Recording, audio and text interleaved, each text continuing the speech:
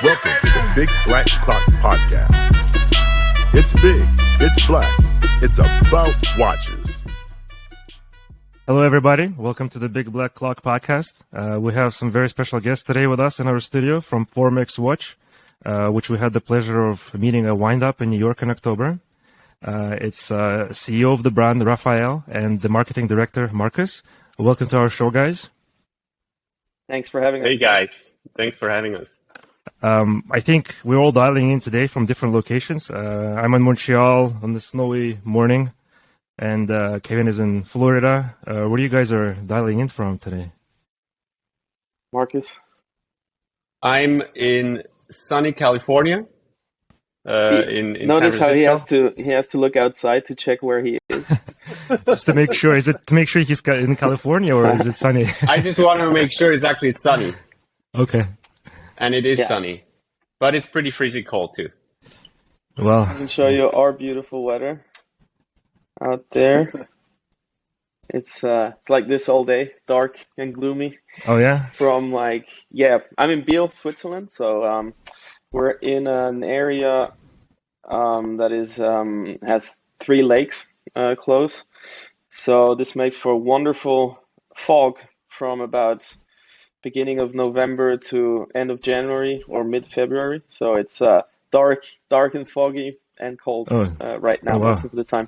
So yeah, I'm glad I'm. Or help with the you even open up the shades for us so we can see it. Yes, That's great. so you can appreciate the whole beauty of it. So of I'm glad I'm so busy during this period, so I don't have to think about the weather too much. It was actually pretty nice a couple of days ago, or even a week. Last week it was snowing, so everything is white and looks very Christmassy. But now it's raining up to 6,000 feet in the mountains. So the whole new snow we got that I was hoping to get under my snowboard soon is probably gone. So. We kind of have something very similar in Montreal. Like there's crazy fluctuations in temperatures, and we had a huge snowfall last weekend. I think something like 60 centimeters over 2 days. Everybody was hoping to drive out and go. Yeah, exactly. And everybody was hoping to drive out and ski. We have a lot of ski hills in the area. Like within an hour drive, we have multiple locations. But then everything melted and. Oh no! It's going to be raining on Friday and followed by like a drop in temperature, so we'll have ice instead of that. That's beautiful. Yeah, amazing. All right, guys. So just we have a little tradition on our show before we begin is to do a quick wrist check. So what do you guys have on today? Markus, Raphael, shoot. how about Me? Okay. me? All right. I'm wearing the. Okay. No, I'm going now. I'm wearing the Reef GMT black gilt, so with the rose gold accents on it. We launched this in the middle of this year, and it's been a really good launch, and people have been appreciating. First of all, that it has a see-through case back, unlike the Reef regular diver, and all the features you get from it. We've launched a new mesh bracelet with it. And also you have the possibility to interchange the ceramic bezel. So we've got a Batman style bezel filled with Superluminova, and then we've got all different color variations. And the bezels actually take the sunburst finish from the dial onto the bezel, which is also a very nice touch on ceramic. Very and cool. if I could, and I think what's so special about that is that not only that you're changing the bezels out, but the fact that they're ceramic. And for anyone, I think everyone who knows who follows and watch enthusiasm, ceramic is it's very, if not the most scratch resistant, I guess alloy or material you can use. So that's definitely a win. So you can get them, but they're virtually going to stay looking new as long as you have them, right? So that's really, it's very, really cool. In the bezel insert, you don't have the the downsides of ceramic. It's very hard, but it's also brittle. So, it doesn't really take shocks that well. It will break. But inside of a steel bezel, there's almost zero risk of that happening unless you're very unlucky. And we kind of translated the same thing in the Leggera that I also by chance have laying around on my desk. Pure accident. You have the a titanium container that really makes everything waterproof to 10 atmospheres, and we've designed it in a way that the container really hugs the inside of the whole bezel. And even though the whole bezel on the outside is ceramic, also with a vertical brush finish, we've never had a broken bezel ever so far since we first launched it 2 years ago. Nice. That's great. And do you the one you're wearing right now, that Reef GMT, do you swap out the bezel often, or is that you're just keeping on the one that you showed us today? I just swapped the watch. Every day. And I suggest our customers do the same. No, obviously, no, I don't swap it that much because I went for the gilt black, and honestly, that's the least versatile in terms of bezels. You can put on a steel bezel, but I really like it. And since I have quite a couple of models that I have on rotation, I don't really play around with the bezels that much. But obviously, if I'm talking to somebody and showing it, then I'll do a quick swap and show them how the system works. Makes sense. Yeah. And Markus? Well, it's kind of boring, and I think we should have talked about this before. I'm not wearing the GMT, but I'm also wearing a Reef. This is the dive model. It's a version 1 where you can't swap the bezel yet. When we came out with the Reef first, it didn't have that feature. It had the feature of the interchangeable bracelets, but it didn't have the option of changing the bezel yet, because that's true. That's not just marketing. Okay, I'm doing marketing, but that's not marketing talk. That's based on customer feedback. That idea of having the option to change bezels, because we realized people had a hard time to decide which bezel and dial variation to go for, because we had that, and we still have that configuration on our website, and it was just easier to have that option later on down the line, where I can just buy an additional bezel and I can match it up with the dial. And what I love about it is that it's such a functional idea. The idea is like, where it's not necessarily designed, like, okay, design inspiration, say, I'm not sure which one I want to go with, but look, let's think of a way to be able to just swap these out. So from the moment you guys got that feedback to the idea, you're saying, okay, let's go this route. How long did it take you guys to come up with, I guess, this patented system? I don't see many brands out there that have that option to just so quickly change your whole bezel.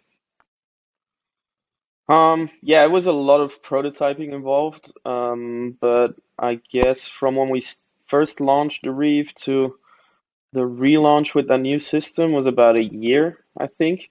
But okay. I don't actually remember when we started doing it. I mean, the reason it was born is, like Markus said, it's not necessarily active customer feedback where they said, well, it'd be nice if we could switch it. We had a pre-order period for the first version, and we got so many emails of people who ordered and then wanted to switch the bezel or the dial color, or emailed us, like some of them emailed us 5 times to switch their order up. And we just wanted to reduce our emails. That was good. It was efficiency. All about that. Guys, so Formex, it's the Forme Extreme. Could you share us and tell us about the origin of the brand, the connection to the extreme sports that it has, and the evolution of it since you took charge? And this was a family brand initially, correct? Yes. Markus, come on. You can do that. He already went on mute. Look. Yeah.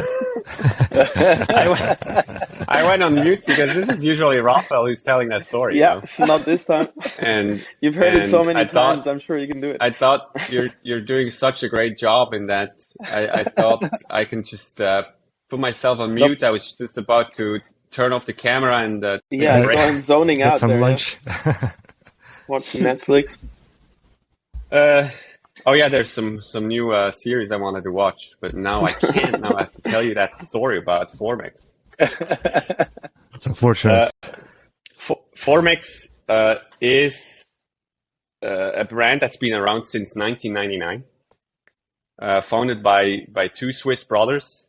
They were into watches and motorsports, so they were looking to kind of combine those two passions and create a watch.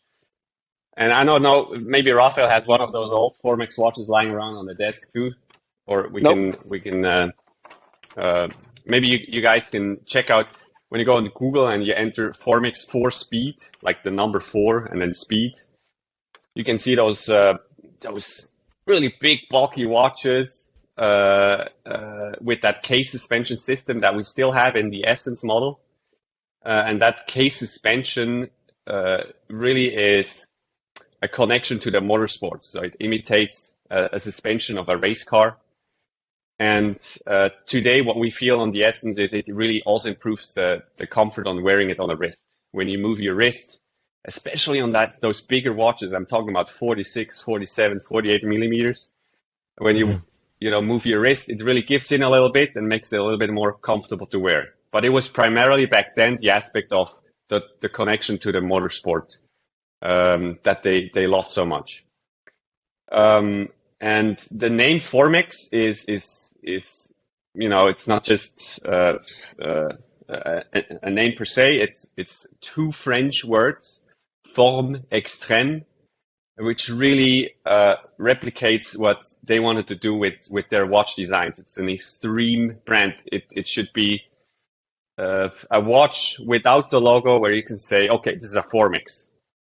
And although the designs today are less extreme, this is still the same thing.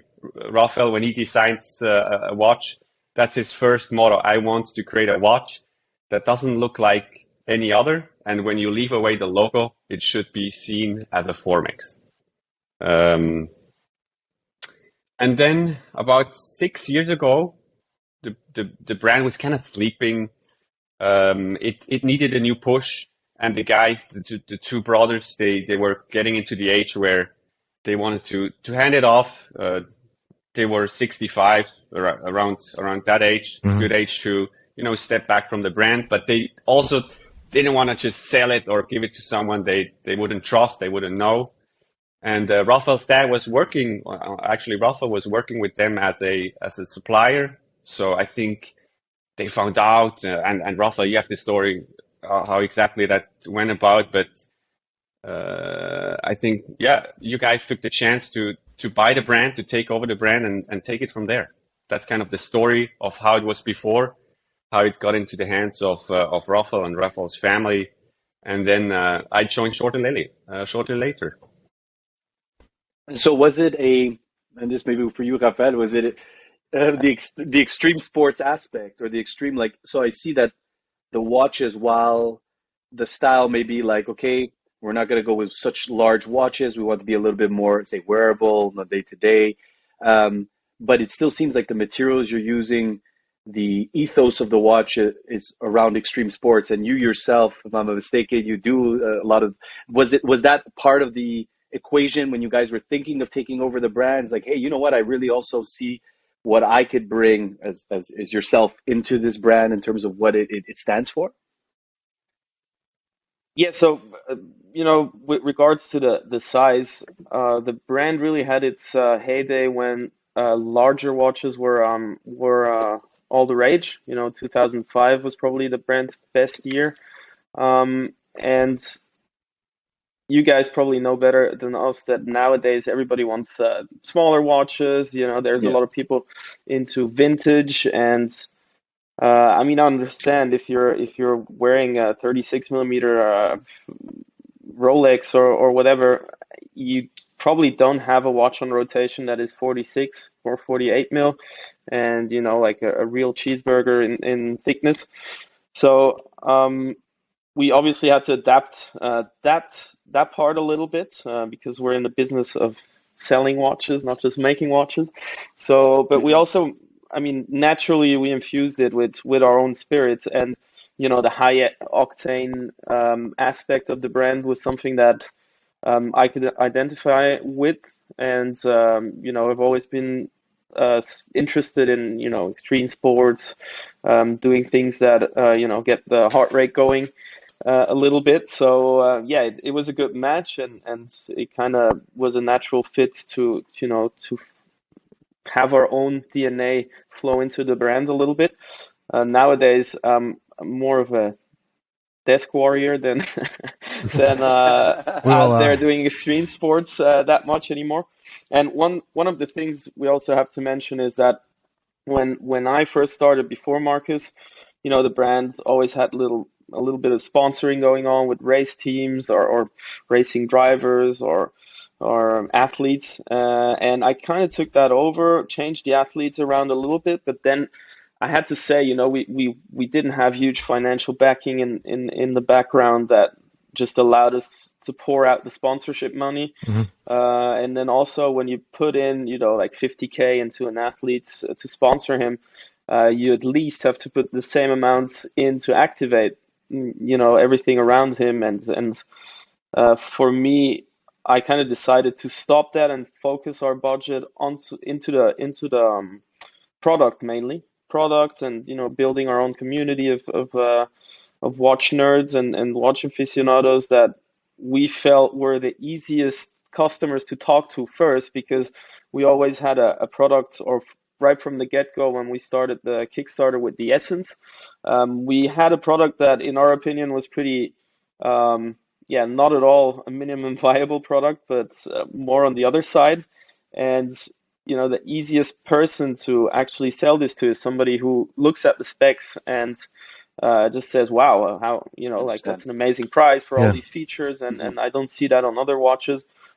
So it was the easiest way for us, or the path of least resistance. I mean, even though there was a lot of resistance, it was probably the least, and that's what we went with naturally, and this is how it organically developed. Like everything we're doing, it was a very organic growth from day one, and we tend to do things organically.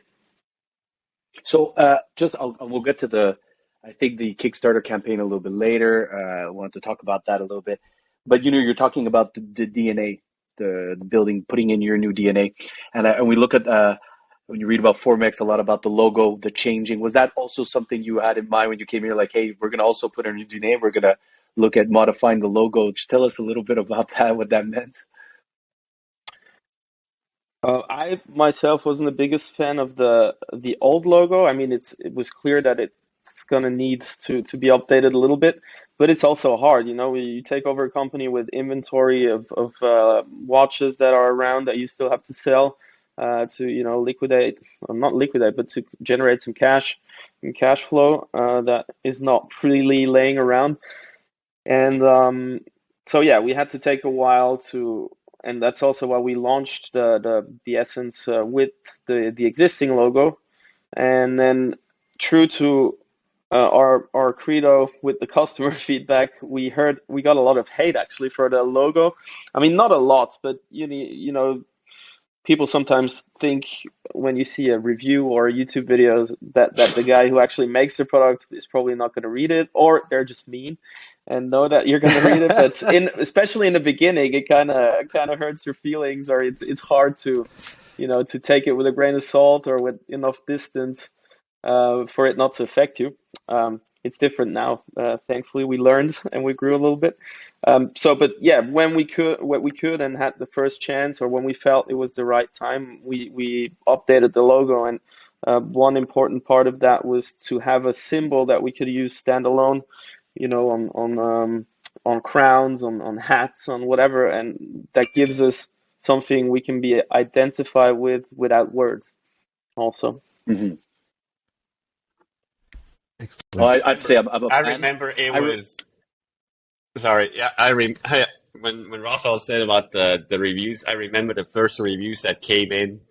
It was mostly, the watch is great, and then it was 15 minutes about that logo, and then really? Another 5 minutes about the name, and that was kind of funny. That changed completely. I mean, our name is still the name. You can debate about it if you like the sound of it or not. I think it is with every name, once it becomes more I don't want to say mainstream, but more known, it's a name becomes, you know, a brand. More of, a brand, exactly, and less of a name. So, That's right. and we've been seeing that more and more, that it hasn't been such of a topic as it used to be. Yeah, for Well, sure. and you know, even when I remember looking at Formex reviews, it'd often be like you guys had the specs of the watch speak for themselves. Like, wow, this is great. Look at what it's offering, bang for buck, the products used. It's like, oh, but the logo would bug me. The name, I've heard someone's like, I didn't like the name, but I don't think they understood what it meant. They were like, oh, Yeah. just It trying to sounds make like it a sound condom brand. Exactly. And then when you exactly, Oh my God, but when this is you something get you that, guys you're hear? like, oh, Jesus, okay. that's But funny. it does. The name is fine, but I have to say, and hats off on one thing. Dimitri and I and Carl were talking about even before we had a chance to meet you guys. We're like, when we start to see not only the design ethos or not even the credo, but the ethos itself. You guys are saying your DNA is you're starting to see consistency across the line, and that's really nice because regardless of the name, regardless of the logo, you're starting to get to that point where you're saying, oh, that looks like a Formex. Because you're starting to get those similarities across the whole line, and it's coming through really from your all your reef. I remember the reef came out a few years back, and I was like, oh, that's a very interesting dive change. And most of the reviews would say that, oh, you want something that's different than everyone else? Look at this. And then at the same time, when you start seeing the Leger and stuff, you're like, oh, it's a Formex. So that's a very good job on that. Well, kudos on that. Thank you so much. Really good job. Yeah, maybe I feel like maybe don't read the reviews too much.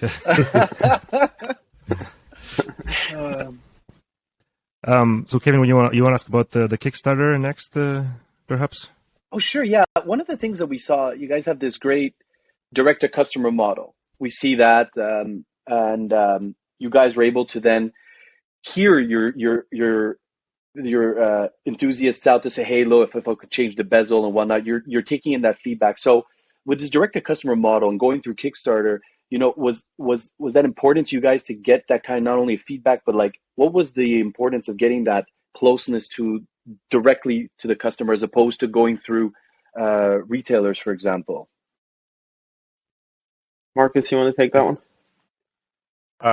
You can do the kind of intro to that, Raphael, because I wasn't with the brand back then when you took that decision to go direct.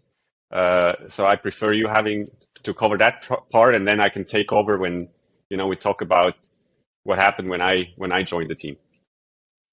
Yeah. So when I started, I didn't right away get to creating new watches and whatever. I had a whole bunch of inventory and a brand I wasn't that familiar with. I was a customer actually, but so I had to get to know the brand much better. And then also I tried to reactivate, dormant distribution channels. I went to knock on a lot of retailers' doors, like physical stores in Switzerland. Obviously, nobody wanted to, they weren't very interested because it was also a time when they had a lot of inventory pressure from groups. So, like if you wanted to have brand X that is a real, traffic driver, you needed to get all these other, inferior brands from the group in order to have a foot in the door. So, and they needed to pay all of this, and they had a lot of, cash out for inventory. So, and I also didn't want to give them collections on consignment. We didn't want Formex to be a display that hangs around in a dark corner of the store, and they just have it there because they didn't have to pay for it. So yeah, it was. I met a lot of resistance there, and I'm good friends with some people of other brands or a pioneer direct-to-consumer brand, Christopher Ward, and we had our little club because I was working in my family's watch business before as a product in the product development, and my cousin and a friend of ours launched this little club where we met once a month with all these young industry professionals, and we usually invited somebody from the industry to give a talk, and then we had drinks and dinner with this person. And so this is how I met some people from Christopher Ward as well, and they kind of, gave me, inspired me that it's possible to sell watches online and direct to consumer. Even though I probably figured it was going to be a little bit easier than it turned out to be. Especially, I didn't think it was going to take years and years to build a brand back up, or it wasn't a very known brand. So took a lot of work, but this is really what inspired me that it's possible actually. And these guys started in, I don't know, 2004. Props to them. Did they have anything to do thanks for with inspiring me. Did they do anything to inspire you to change the logo as well? Because I think they did too, right? They received some hate about their logo as well. Yeah, so I didn't necessarily look to them for a best, for how you say, for inspiration. For logo advice or best course of action when changing a logo. So I'm glad we actually didn't approximately 99.5% of feedback was really nice, and the rest was like a person saying, I actually didn't mind the old logo, or I think it was nice, but there was probably one person saying they preferred the old one over the new one, so that was pretty smooth. I'm happy about that. And tell us about the Kickstarter campaign. You guys smashed whatever funding goal you had. Like, you guys smashed and went above and beyond. Did you guys expect it to do so well? And is it something you guys think you may consider returning in the future? Because I don't mind using Kickstarter. I find it's great if you know the brand. You're ready to and you get early bird prices as well. There's an incentive to it as well to support the funding of it. But did you guys ever think it would be so successful? And do you guys think you might use it again?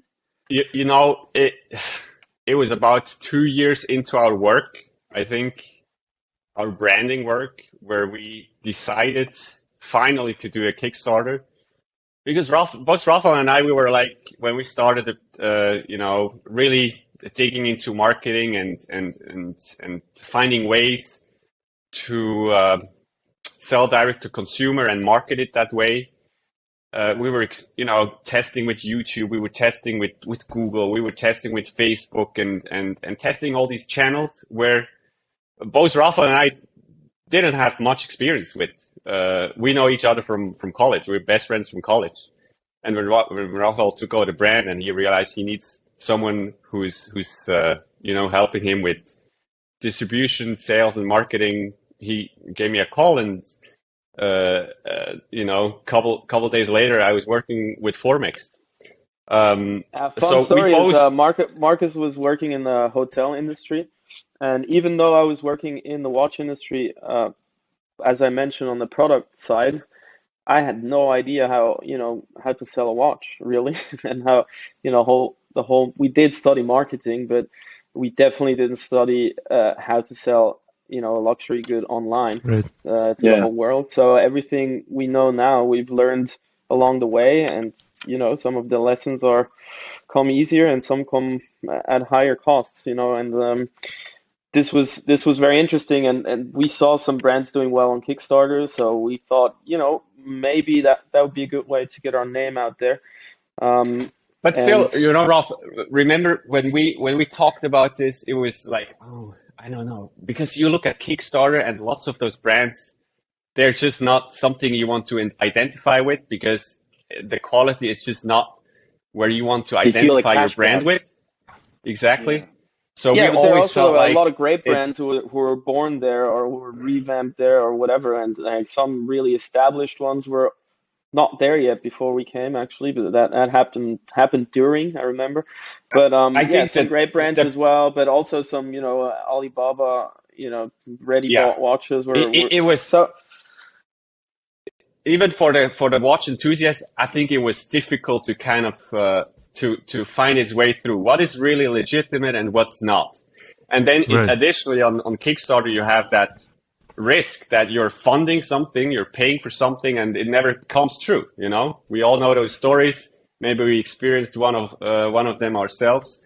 And so we really wanted to make sure that we're not falling for some sort of trap where it hurts our brand. But in the same time, we needed a push where we brought watches on wrists. And that was really the goal with this campaign. It wasn't really to make money. It was mainly to put watches on wrists. And I think we sold about 600 pieces. And that's when we really felt like the brand is taking off, because people started talking about it. People covered us on YouTube, on different channels, on forums and stuff like this. And that's when people started to talk about Formex again. And you're not brand new to the blog you know, as well, so I've never heard this before, right? To your to answer your question about the funding goal and how we managed to smash it pretty quickly is, you know, obviously we did a lot of research into how to run a successful Kickstarter, and there are some KPIs that say, you know, like you gotta hit your funding goal within 24 hours, otherwise forget about it. So we kind of used the little community we had built up and some marketing in Germany was our best market back then. And so we used, you know, like a newsletter of watch time to actually give people a chance to commit to actually backing us on Kickstarter before the Kickstarter started. They could actually put down a deposit, and that would secure them the early bird pricing.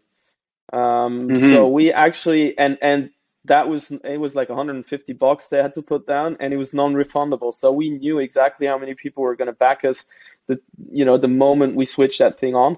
And this is what happened. So the whole team, the team was pretty small back then. We were like 3 people.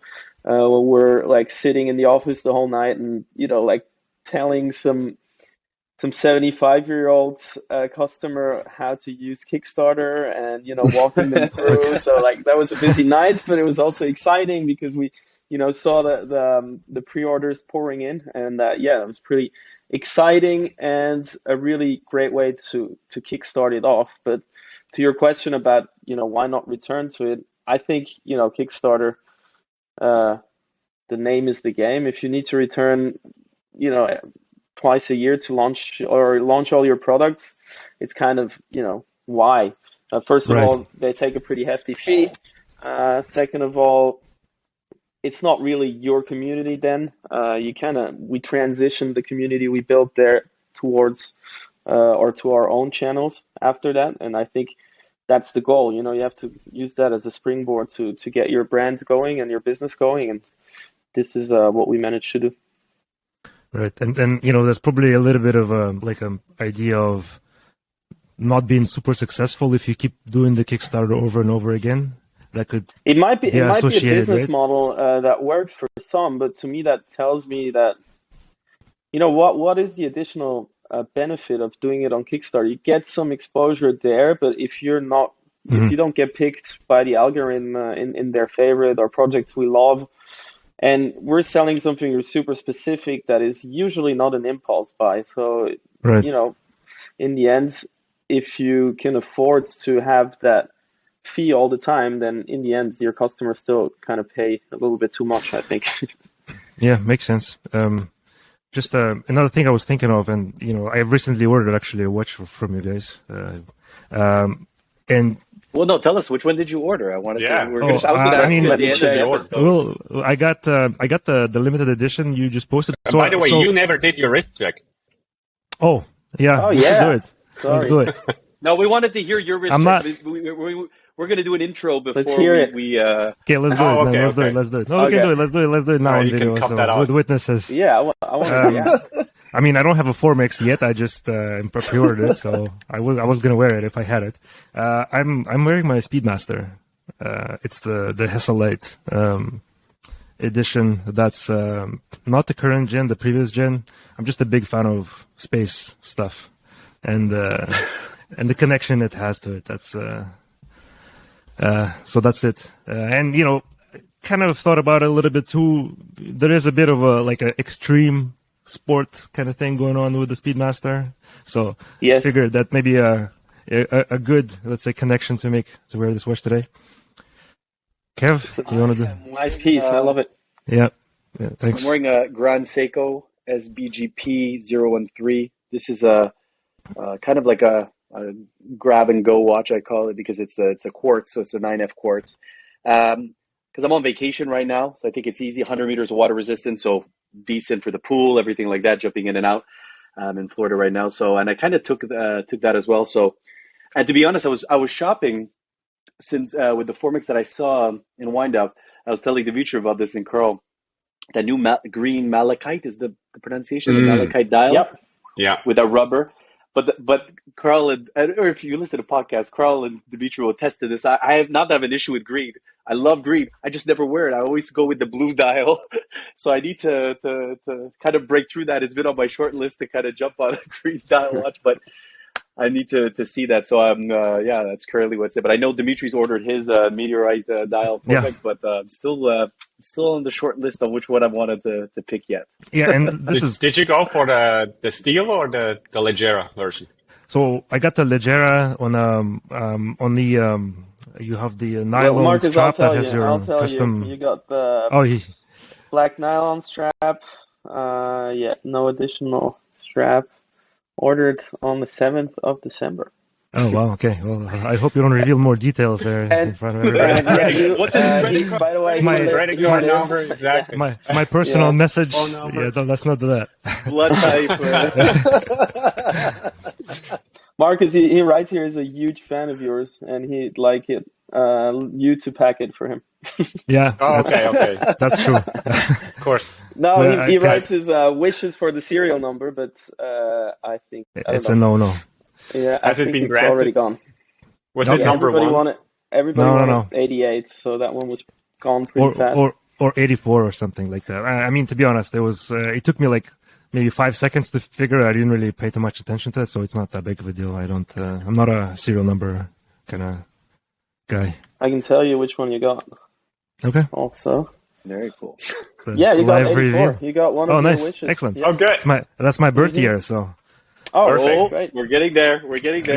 Yeah. 4 more years. Jesus. How many birth year watches do you have? Well, it's not a birth It's going to be my first one. Year, well, I mean, it's a serial number. Serial number, birth year, yeah, no, that's it. So, and this is something else I wanted to kind of, mention the purchase that I made and ask. When we went to Windup in October, we met you guys there. We met a lot of really, really cool independent brands. And for us, like doing the podcast, reviewing all the watches, it's very difficult to kind of really learn whatever we like the brand or not, because we can only see pictures and videos on YouTube. And comparing to big brands, right? You can go to a brick and mortar store and then actually hold it, unless it's Rolex, and then like figure out, let's say, if it's well built, not built, if it's maybe built in like using Alibaba and somebody stamped their own logo on it, right? And kind of, we all knew about the brands. We went to Windup, we met you guys. I saw the watches and I was like, wow, this is, like the value is insane for the price and the materials you use. And so I was immediately sold. I kind of like, okay, I need to get that suspension case, Essence Leggera. And I was waiting to buy the regular one, but you didn't have the nylon with that adjustment clasp available. It was out of stock. Back in so I was like, now. Well, don't need Since it. yesterday, yeah. I'm good. I'm good. For now, I'm good. Maybe the Reef at some point. I love that too. But yeah, that's it. Like as soon as I was waiting for it to be in stock, and then boom, you have that special edition, and I'm like, okay, I gotta get that. I was lucky. Yeah, exactly. And the colors are amazing. I don't want to butcher the names. It's the Munionista meteorite that you guys used. And there's a specific pattern, right? It's called, I'm going to butcher the pronunciation, Widmanstätten or something like that. Pattern that's used. Okay, that's what I was going to say. Is it a German guy who gave that name, or is that let's see, Widmanstätten? Wild, like wild. Wild. Yeah. It's Widmanstätten. Wittmann. Yeah, sorry. Yeah, and also don't ask me to pronounce the name of the meteorite. It's some Finnish name. I can pronounce it if I have it in front of me, but I never managed to actually learn it by heart. Yeah, it's Munionalusta, right? Munionalusta, something like that. Yeah. Yeah, that's it. It's a beautiful meteorite. And I did some quick research. I think it was like found in 1906, if I'm not mistaken. Could you talk to us a little bit of like the process of acquiring a piece of that rock, and like how do you make dials out of it. Like, this is something very cool and I'd say crazy even for us. Yeah, so I mean, Markus and I went to Finland on a 4-week expedition with sled dogs and our camping gear. No, I'm kidding. No, you usually snowing. Usually and we found that piece. Did you go to Lapland and meet Santa? Yeah, and we cut it with our Swiss Army knife. No, hey, it's not too late, Rafi. We can still do that. It would be a lot of fun. Yeah. But what if we don't find a meteorite? What are we going to do? Pieces of Soyuz, spent Soyuz things to make dials. That's pretty cool. That's a good story to tell. But no, yeah, we work with stone, specialists that have that stone in stock. Usually they bought a big chunk years back. Ours had theirs since 2014, I think. Yeah. And then they core it. It looks like they're taking a core drilling or a core sample. So you've got a cylindrical piece of the stone, and then they saw it into not the correct thickness yet. But since it's quite expensive material, obviously, because it's finite. It's not something you're gonna keep finding till the end of the day. At least not from that meteorite. In usable size chunks. Usually when the big ones hit, they cause some kind of destruction. So it's better if not many fall down.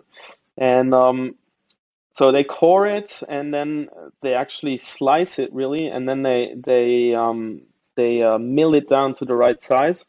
And then what usually happens is that it gets put onto the brass plate.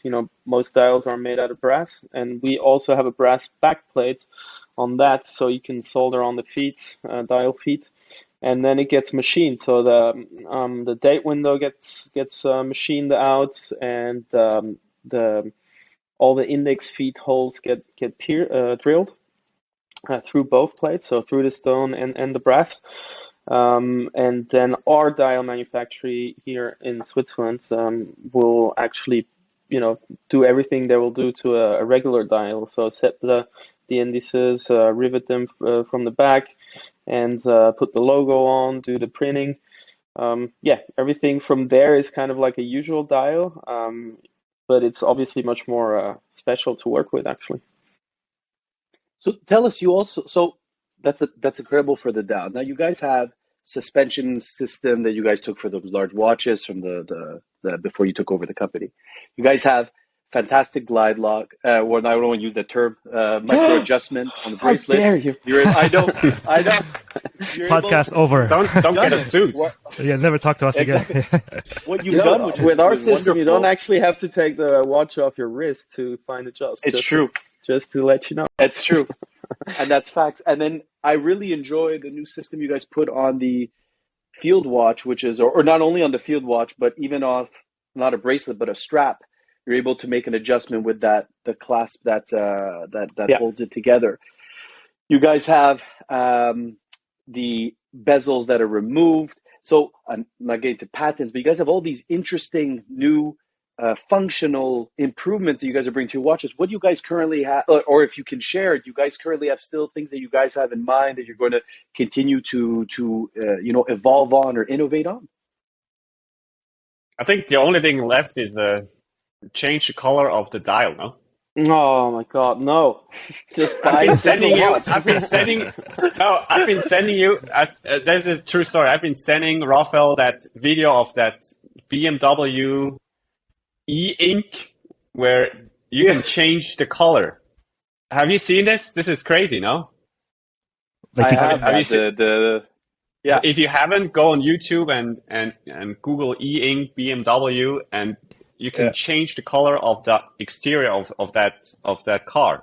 And I was like, wow, that would be cool if we could do that with a watch, But I think Raphael already thought like, okay, yeah, that's going to include a lot of parts that are really difficult to make. And in the end, we have a mechanical watch, and that's an electric part, which would probably be really difficult to make. Who knows?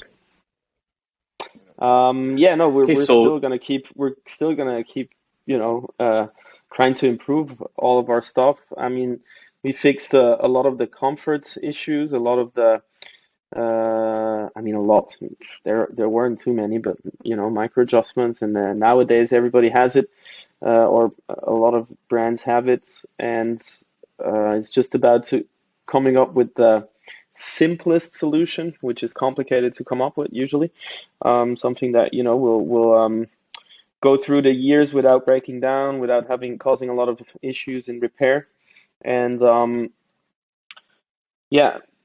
something that's we have some things we're working on that we can obviously not share, but in terms of bracelet and everything, it's we're pretty happy with the things we made already, the systems we created, but obviously we're always trying to improve. Even we do from one order to the next of clasp, we do small tweaks that we don't necessarily talk about if nobody is going to actually see the difference, but we tweak them and make things better.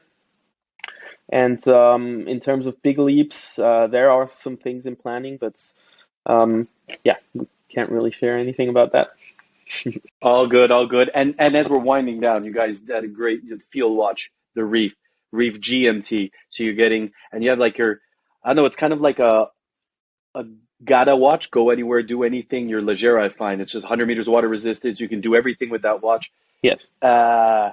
What's next in store for 2023? Do we have chronographs? What do you guys have?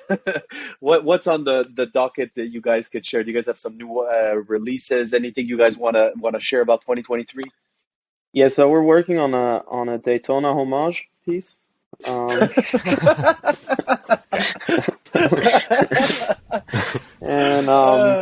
that's the only thing we're going to release next year. Exactly. Cutting the middleman with a dial that changes color, right? Yes. Yeah, of course. Yes. Exactly. Yeah. And now you know. We're. I mean, we put out, as you mentioned, we're actually pretty happy with the lineup that we came out with until now. So we're gonna definitely work on those a bit more. Like creating more variants, maybe some size additions. And sorry, I just looked at your podcast name on the edge of my screen while I was talking about size. Exactly. It's mesmerizing. It's important. Depends what you're asking. Yeah. It's important. Yes. Nowadays, everybody's a size queen. Smaller though, smaller. As soon as we drop release a model, they're like, people are screaming for it to be released in a smaller size. So, and no, there is one more thing we'd like to do next year in terms of a model platform. I mean, it's not like we're going to stop after that, but we also think we don't want to dilute, the model offering too much with too many different models.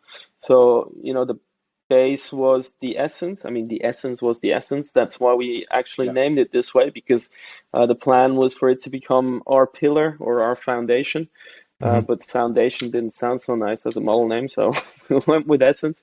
And also we kind of, distilled it down and took away some of the, not quirky, but some of the more, also not unnecessary, but, some of the design elements that were essential. We kind of toned them down. We still have the case suspension on the essence, but we kind of trimmed it down to the essentials and created a sporty, dressy sports watch or a sporty dress watch, whatever whichever way you want to go. So this was really the foundation, and then we built on top of that. And now there's not too many models we want to go, on the horizontal with, or add to the horizontal. But yeah, it's gonna remain exciting, I hope, for our followers and our customers. Well, since it's Christmas, I do have one Christmas wish, that the green malachite dial that I know is limited, and it will come back in 2023 as you guys put on your website, but a version of that with a blue, that kind of like sheen, that, because I know there's a blue essence, but the one with that malachite, a Kevin special luster. Oh, that would That would just be amazing. Yeah, let us just go and create a rock that looks like a Malachite. But well, you have to go to Finland, hold right? on. To Hold our beers. get your sleds. That would be another trip. That would be another Takes trip. a couple of years. There you go. Yeah.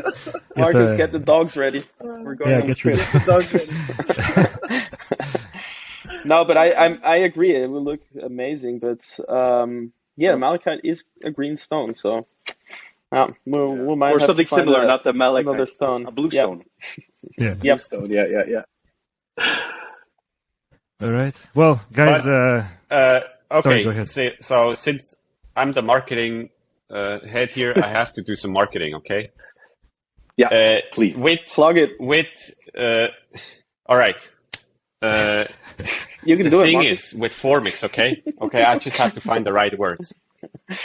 All right. So the great thing, because we're selling direct and we have that great community, every launch that we're doing, when you are in our club, you get like a 24 hours notice that this is going to drop, and then you actually have access, and which is super important when there's a limited edition of just 88 pieces, because as we've seen with the Space Rock, it was sold out. I think the steel version in like 3 days, the Leggera version in 6 days or something. So make sure to sign up, either the newsletter or the Facebook group called Formex Watch Club. That's it. That's all my marketing. I might have taken advantage of that special 24-hour period when I bought mine. Marcus, I have to say you're really Tom Cruise in that one. All right. Gave me the chills. Did my job. Just doing now your I own mute stunts. myself. Guys, if there's anything else, we're going to start to wind down. We had an amazing time talking to you. It was a pleasure. Same. If there's anything else that maybe you want to mention, or any announcements you want to make, or maybe ask any questions to us. Marcus, this is your time to plug as well. Yeah. More. Just throw all of the plugs. I have nothing else. I mean, for those who've been supporting us, I just want to say thank you for the support so far, and thank you for keeping us supporting. This brand really lives off its community. Everything that is being shared, on social media, but also in groups, on forums, in person, on a Christmas dinner, when you have your watch on, and people who are not into watches at all, or your nephew or niece want to introduce them to like a new cool hobby. That's where it starts, and that's the backbone of our success. And I just want to say thank you for that. Thanks. Yeah. Thanks from the whole team. It's actually really cool to see the enthusiasm and actually people taking the time to share their experiences. And usually our customer is the watch guy in his group of friends. And there's so many, other friends in that group now that go to him and say, hey, what do you suggest as a first mechanical watch? And so this is also how our community is growing, and we're really thankful for that, because that's the best advertisement we can get, really. Yep. So yeah, thanks to everyone, and thanks also to you guys for having us, because I assume some people will listen to this and maybe get inspired to check us out as well, and check your other episodes out as well. Yeah, definitely. And I have to say, most of the people that listen to us are, people who enjoy this hobby, who don't take it too seriously, in the sense that it doesn't have to be that way, that there's a lot of fun behind it. It's wonderful to be able to speak to you guys directly, instead of just speaking to, someone who's behind a keyboard, or you never meet anyone. That's what really makes this so much fun. And honestly, just a big congratulations. Wonderful. Like, we see everything you guys did this year as well, and where you guys are going. We're really excited about it. So, congratulations on all the success and everything you guys are doing. We're really big fans. Thank you so much. Yep, Thank you so much, Kev. Thank you, Dimitri. Thank you, guys. It was a pleasure, and wishing you all the best and more successes in your business. And, hopefully we'll stay in touch and get to chat again later at some point. Yeah, you guys too. You. Thank you very much. Let's keep in touch. Okay. Happy holidays, guys. Happy holidays. Happy holidays.